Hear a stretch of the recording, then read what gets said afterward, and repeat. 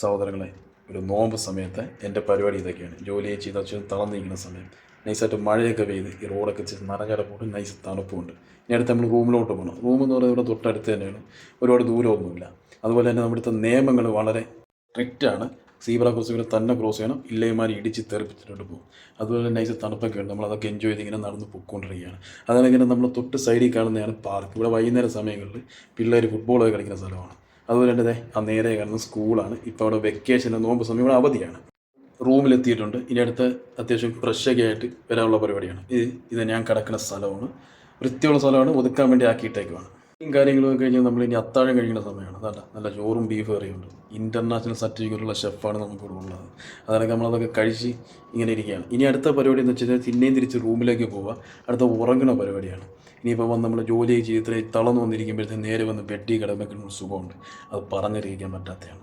പതിവില്ല, ഞാൻ ഇന്ന് 7 മണിക്കൂർ ഉറങ്ങി ഗൈസ്. അതാണെങ്കിൽ തന്നെ ഇതിപ്പോൾ 7 മണിക്കൂറിന് ശേഷമുള്ള കാര്യങ്ങളാണ് എനിക്ക് കാണുന്നത്. ഇനി അടുത്ത ഡ്യൂട്ടിക്ക് പോകാനുള്ള സമയം വന്നിട്ടുണ്ട്.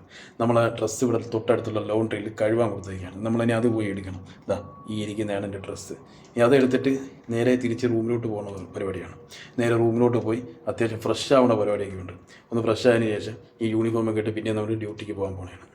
അങ്ങനെ ഡ്രസ്സൊക്കെ ഇട്ട് നമ്മൾ അത്യാവശ്യം സൗന്ദര്യം എന്ന് വെച്ചാൽ ഡ്യൂട്ടിക്ക് പോകാൻ പറയണം. അപ്പോഴാണ് നമ്മൾ ഓർത്ത് നമ്മുടെ ഡ്രസ്സ് ടീഷർട്ട് എടുത്തിട്ടില്ല. അങ്ങനെ പിന്നെ തിരിച്ച് ലൗണ്ടറിൽ പോയി ടീഷർട്ടൊക്കെ ഇട്ട് ഇനി അടുത്ത ഡ്യൂട്ടിക്ക് പോകുന്ന പരിപാടിയാണ്. നിങ്ങൾ രാത്രി കണ്ട അതേ റോഡാണ്.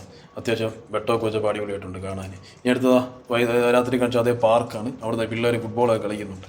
ഇനി അടുത്ത നോമ്പ് തുറക്കാൻ വേണ്ടി നമ്മൾ വെയിറ്റ് ചെയ്തിരിക്കുക. നമുക്ക് അത്യാവശ്യം സാൻഡ്വിച്ചും കാര്യങ്ങളൊക്കെ ഉണ്ട്. തുണ സാൻഡ്വിച്ചാണ്. അതുപോലെ തന്നെ സമൂസയുണ്ട്, പിന്നെ ജ്യൂസ്, അങ്ങനെയുള്ള കാര്യങ്ങളൊക്കെ ഉണ്ട്. അങ്ങനെ ബാങ്ക് കിട്ട് നമ്മൾ നോമ്പ് തുറക്കൽ പരിപാടിയാണ്.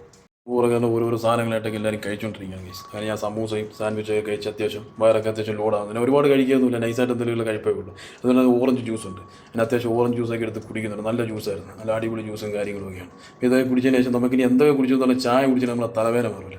നല്ല ചൂട് ചായ ഉണ്ട്, അതൊക്കെ കുടിച്ച് നമ്മളിങ്ങനെ ഇരിക്കുകയാണ്.